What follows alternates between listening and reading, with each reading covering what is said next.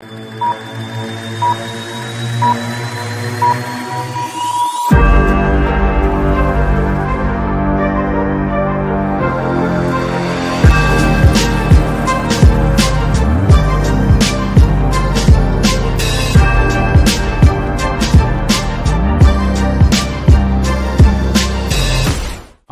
Welcome back to the Unstuck Business. I am your host, Rob Z. So the Unstuck Business is self-explained by the title, helping businesses get unstuck and helping business owners, employers, employees get unstuck, right? So what does that mean? Well, that means a couple of different things. When we're talking about getting unstuck, raising awareness of forward-thinking businesses. Let's raise awareness of people who are helping other people grow, because that is such a valuable thing and such an essential thing in the marketplace for us all to be able to grow and collaborate together. It also means highlighting valuable resources that help businesses thrive. That's why we have our guest on here today, and also improve the vitality of owners and employees to improve performance. Today, I have an absolutely incredible guest. I'm so joyful to bring to you Sardék Love is in the house, the engagement expert, an internationally acclaimed keynote speaker and author, renowned for teaching leaders worldwide about employee engagement with best-selling books, global speaking engagements,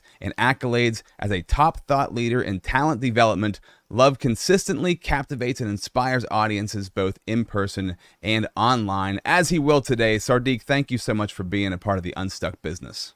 Hey, Rob, man, it's a pleasure to be here. It's an honor. So I'm looking forward to this, and thank you for the invite. Cool, man. You've already inspired me in so many ways. I'm just going to give you a quick plug right off the bat. This book is so good. Presentation Essentials. It's been really powerful for me and some people that I'm working with in my coaching business. And it's one of those books, and I was telling you this before we went on, that is so easy to read. There's so much great information inside of it that you can flip to any page and get extreme deep value out of this, and really just grateful that I found this, that I found you, and have a copy of this to use for myself. So first of all, thank you for writing that book. It's been my pleasure, and my co-author, and we loved writing it. This is a labor of love, that book, and we did it so that we could change the world one presentation at a time, and I think it seems to be working. I love that, man. So one of the biggest issues we're dealing with in the world right now, in business, but just in general, is engagement and a crisis of engagement. Before we went on the air here, you were talking about this crisis of engagement. So I wanted to kick things off just by talking about that. What is it that you see as the biggest crisis for engagement in business and just in life in general? Yeah. So it's a great question. When we look at everything we're doing right now, and I work with leaders and I work with employees and business owners as well. So when we look at trying to engage people, because that's what the whole communication process is all about, right? Engaging, you and I having a dialogue. Unfortunately, in most cases, with all the things that are vying for our attention, whether it's technology, whether it's these little devices that we can't sleep without, and things like that, we have a lot of things that are vying for our attention, and therefore we become numb to all this information and sensory overload. And in leadership, one of the biggest challenges, and Gallup has found this, I continue to find this, and that is that people are just disengaged. They just don't believe in what people have to say. It's not relevant to them. And as you and I were talking offline here, when it comes to the crisis of engagement, as I described it, everything of value started out first as a question, because everybody wants a solution to a problem. And the problem is we don't get solutions to our problems. We focus on our own issues and we never help others get those issues. So leaders fail to solve problems for their employees. We tend to have monologues with hostages when we communicate, as opposed to having a dialogue where we collaborate. So that's the big crisis that we've got right now. And it's in every aspect of what we do, whether it's personal, professional, political, aspirational, any and everything. So I'm having fun because it gives me an opportunity to try to help each individual and team or organization try to close that gap on that crisis that we have right now. It's so true, Sardék. I mean, it's so crazy how much this comes up over and over and over again in coaching, especially, is just this breakdown in communications. And I'm sure you see it in your own life. I see it in my own life. I'm like, why am I having this issue? And then as I ask myself the questions, right? Because the best thing you can do is ask yourself some questions to boil down what's going wrong. It comes down to I'm not communicating effectively. I'm not presenting myself the way I need to, or I'm not asking somebody else the right questions to help them have a breakthrough, or asking myself the right questions for me to have the breakthrough that I need to have. And you said about the monologue with hostages. That's so good, because that's what happens so often. We have somebody, or we ourselves are just talking to basically ourselves, somebody standing there listening to us, but they're not necessarily engaged in conversation. Yeah. That's so good.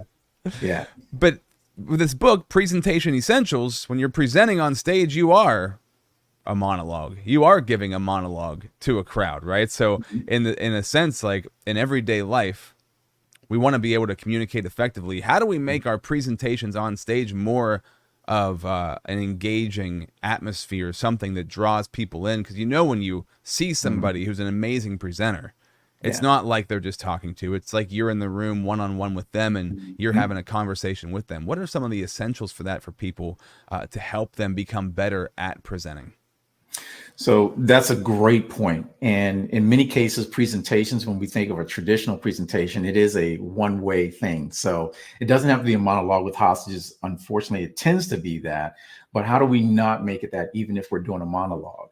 And what we wrote about here in the book are several different things. But one of the major ways to captivate an audience's attention from a presentation perspective is storytelling.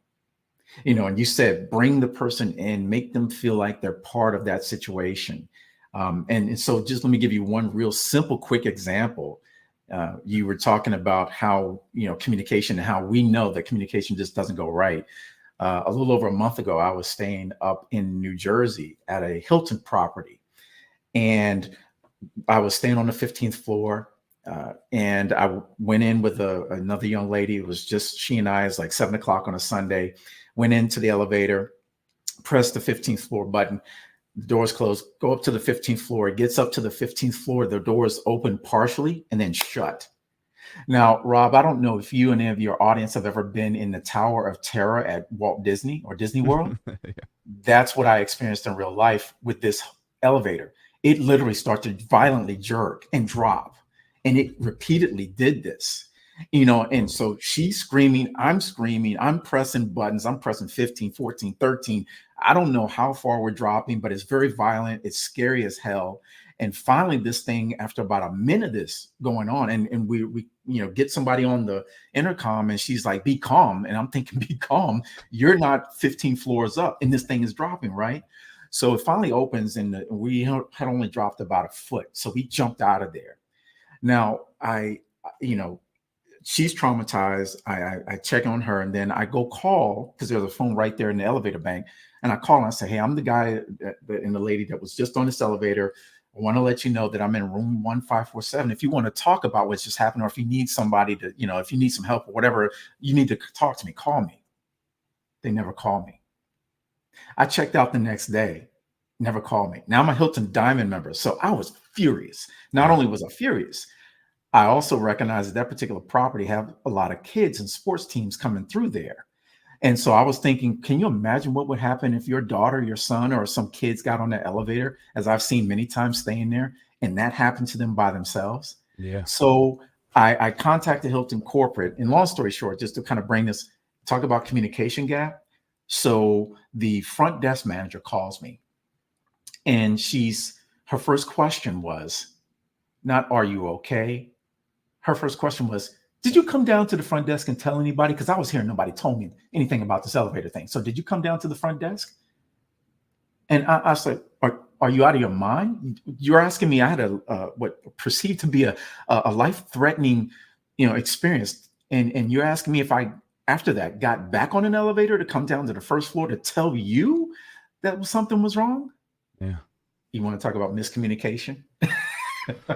Now, that's a story. That's a real life story that just happened to me. Tower of Terror, as I'm calling it. And one of the things about storytelling, as I demonstrated that here, is when you have a platform, you can reach a mass. And everybody's going to hear that story about the Tower of Terror now, because they mishandled that so badly. And for her to not have any empathy. And I'll wrap the story up, Rob, by saying it this way. I see that with leaders all the time. The biggest challenge that leaders have right now is they lack empathy, not only with their employees, but with their customers. So when this property called me again, and the assistant general manager called me, she said, yeah, I won't say the employee's name, but we'll call her Jill. She said, yeah, Jill is a policy and procedure kind of person. I was like, well, Jill has made sure that I will never stay there again. And I'm going to tell everybody about this because it was so mishandled. Yeah, that's what that story ends up being shared. And on the other end, too, if she would have done an amazing job and gone over and above, you would have told the story of how amazing they were and what a great job they did. Because I can't imagine on the list of terrifying things in life, being trapped in an elevator that seems like it's malfunctioning is near the top of that list. Like that's at 15 floors, by the way. 15 floors. That's always, anytime I get on an elevator, it's in the back of my head at all times. Like, man, I know this is faster than the steps, but I'm a little nervous right now. And I'm not even nervous, but I'm like a little bit. Like there's something there. Like anything could go wrong, So it's really interesting that it takes so little time in life to focus on the important things like empathy and just to be like, holy cow, I'm so sorry to hear this. And then just finding out what went wrong, what they can do better, what they can do for you. I mean, just having a simple conversation about it. Yeah. And I find for myself personally, I forget to do those sorts of things when I'm too absorbed in me and what I need to get done in the day compared to stopping and seeing the humanity in people. Yep. So let's take this to like presentations on the stage, because I want this to be a message for people who are in business right now. Maybe they're doing presentations. They want to do more. They want to get out in front of people.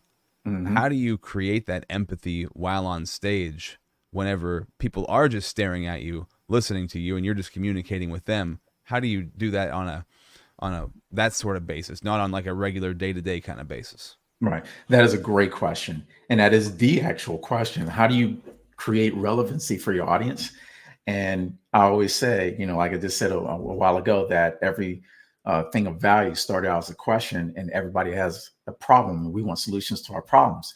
So if you want to create empathy and get people bought into you and your ideas when you're on stage, whether it's a virtual stage or a physical stage or whatever it is identify what their problem is. What's the number one problem? And the fastest way to figure that out is to talk to members of your target audience and ask them, what is the biggest challenge that they're facing in ... Whatever your audience is, if it's in their job or if you're talking to them to motivate them or coach like yourself, what is the biggest challenge you're facing in life? What is the biggest challenge you're facing at work? Whatever those things are. And people will tell you. And then if you can craft your presentation around two things, address that particular set of problems that you're going to hear, and and I'll say three: show empathy around that, but then also provide a solution or some potential solutions for overcoming, eliminating, or minimizing those problems. You're going to win. You're going to have them at the edge of their seat, hanging on every word when you do that. Absolutely, man. So the book is Presentation Essentials. We're going to talk a little bit more about this because there's some really important things that I want to touch on with you. The 8 parts of a powerful presentation, which I think is just the way that you lay stuff out so simply in this book is incredible. And I want to get into those 8 parts of a powerful presentation. But first, I got to shout out to the CLA and Jose Escobar. Let's show some love to our sponsor real quick. We'll be right back with Sardék Love.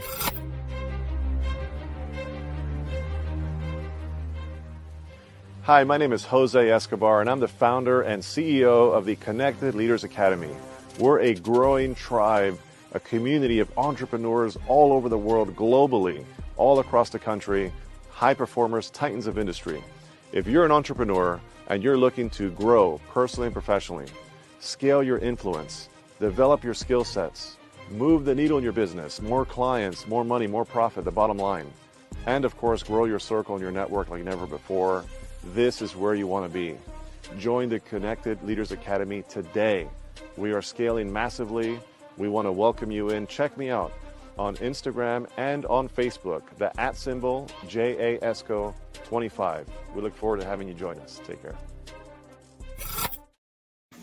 So, Sardék, there's so many parts of this book that I could go into, and I don't even know where to start necessarily because I got value out of all of it. But when you're talking about a powerful presentation, you put down the 8 parts that make this up. Of course, the story structure that you just talked about, great visuals, the effective use of technology, a powerful Q&A, being able to practice beforehand and get yourself prepared, having goals for the outcome of the presentation, the audience engagement, and the big idea. What is the big idea? And define that for me as far as like this big idea, something that is like an overarching theme for what you're going to present to people. Yeah, and great for catching that. That's probably of those 8 items. That's the big one, the big idea. So this is a marketing concept, and the big idea, the concept of the big idea is simply this: if you want to get people to buy into you and your ideas, you have to get them to reconsider what they believe to be true. So I liken this to saying you have to attack their status know, what they think they know. You know, when you attack their truths, when you attack their present status quo and get them just to reconsider what they think is true, now you open them up to being willing to consider alternatives. Because if you don't, most people are wedded inside their own mind, their own biases, their own truths. And if you want to get them to buy into you, you've got to get them to first reconsider what they think is true before you can offer a solution. So that's the concept of the big idea. Yeah. And also with that too, like once you present something counter to what they already think, then you have their attention, right? That's automatically going to grab their attention and to think, wow, I'm going to learn something brand new in what I'm about to hear. And when you talk about the presenter goals too, I think that's incredibly important because obviously you might go into a presentation thinking the goal is to keep people engaged. The goal is to drive my point home or to nail this thing without screwing it up. But when you go in to present, what are some of the goals that you have that somebody might not think about that is maybe unique to somebody who's an expert at presenting? So I think one of the things that I do and I coach others to do this is a presentation, if you think about it, at its core really is to persuade somebody to take action. And that's awfully hard to get people to actually take action. So you got to build this incrementally. And the other side of that taking action coin, if you flip it on the other side, is you got to hijack their attention. And I always jokingly say, is it possible to hijack a person's attention? And if you think about social media, how often do we find ourselves swiping all the time, you know? And so it comes back to, what are you doing to grab their attention? And then what are you doing to inspire them to act? Grab their attention and inspire them to act. That's now the core of persuasion. When you understand that and come at your presentation from those 2 angles, you have a better chance of being engaging and doing it in a way that most people don't. Because most people do one thing when they present. They throw out a ton of information, usually a lot of information and I jokingly say, they give a lot of useless information. It's so useless that it's as useless as a G in lasagna, you know. And so when you think about it, there's studies on this. Ebbinghaus forgetting curve. For those of you who are watching this, if you just Google the Ebbinghaus forgetting curve, he was a psychologist that studied memory back in the 1880s, and he found that we forget over almost 60% of what we heard just an hour later. If you go out a full day, you've forgotten almost, I think it's something like 70% of what you've heard. So everything that we say, when you dump data, they're not going to remember that. So you've got to do things and make it memorable. And that's the hijacking of attention, and then give them something to act on once you get them to reconsider what they believe to be true. I love that. And you have a great piece in this book of quizzing the audience to see how much they can remember. I love that piece of that in this presentation essentials is really good. And you know, you're talking about the 6 keys of audience engagement: to be bold, be brief, be novel, be memorable, be confident, and be adaptable. Those are so good. Like, what is it, the keys to keeping an audience engaged with you? To be bold with what you're doing, be brief in how you're saying it, right? To not word vomit everywhere, be novel and to have like a novel concept, right? To be memorable, confident, and adaptable. How did you develop this for yourself, man? Because this book is like so high level. Like, I can tell you've put years into being an amazing man on stage, either virtually or in person, that only somebody who's an expert can take something and boil it down the way this book is boiled down. How did this happen for you? Yeah. Well, first, let me give you credit. I appreciate that, because one of the hardest things to do is take complexity and make it simple. Yeah. And that's what we did with this book. We took all of the complexity of presentations and high impact presentations that would complement what you would do as a speaker and earn $10,000 or more for 1 hour. So this is the compliment to speak for a living. So what it came down to is the study. I'm a nerd, man. I'm a researcher at heart. And so one of my most popular keynote right now, both for training professionals, because I work with them a lot, and for leaders, is the science of engagement. So we've all heard of oxytocin and all these hormones and things like that. Well, they actually mean something. And so when we look at what you just described out of those items, be bold, be novel. The brain is, when it comes to habits, our brains are focused on eliminating as much as possible and stay in our habits. We're wired to do habitual things. So if you want to grab people's attention, you have to be novel about it. So if we just sit and talk, that's going to be boring. But notice I told a story about the Tower of Terror. That grabbed you. I mean, I could tell just by telling the story and watching you that you were in, right? Yeah. And your listeners are going to be in, watchers are going to be in on something like that.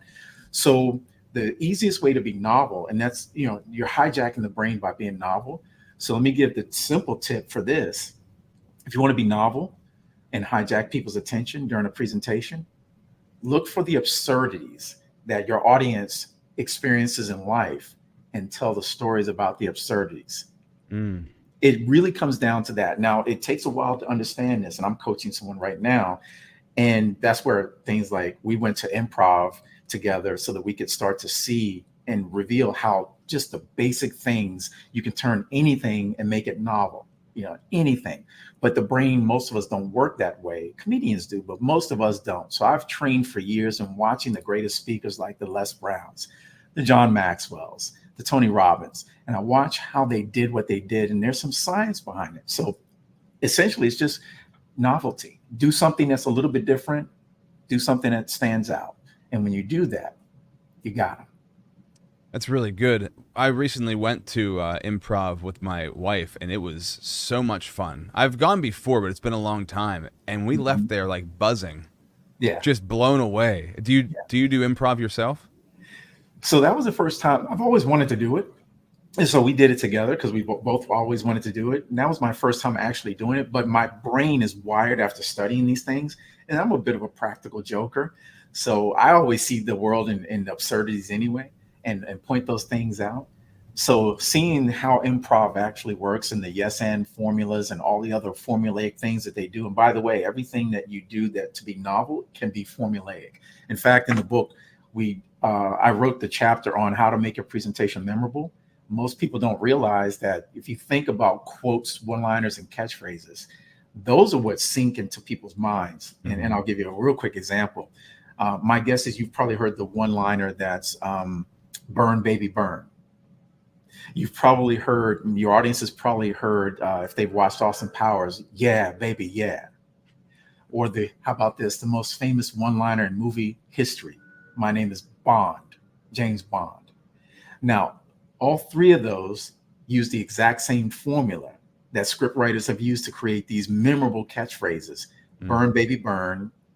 James, my name is Bond, James Bond, and yeah, baby, yeah. It's the ABA formula. So say something A, say something different B, say A again. Burn, baby, burn, Bond, James Bond. So scriptwriters know these things. They're called figures of rhetoric, and I have a whole chapter with some of these formulas in there to make you sound brilliant because they're just formulas, and that's how we hook people to memorable things. Incredible. Sardék, you're amazing, man. It's so simple, right? I'm going to put the book up again because it's been so powerful and impactful for me. Presentation Essentials. So if you're somebody who is in business or just in everyday life and you just want to get better at talking to people, you want to get better at making a point, to be novel, to leave an impression on somebody, to find that breakthrough you're looking for, I highly suggest talking to Sardék. If they want to get a hold of you, what's the best way to get a hold of you? So thank you for that. My website is just my name, SardékLove.com. That's the hub of everything. And I also have a video blog series for talent development professionals, but anyone who helps develop people, that blog would work for them too. And that's also on my website, but you can get to it in its own unique URL at askamasterfacilitator.com. But my website is SardékLove.com.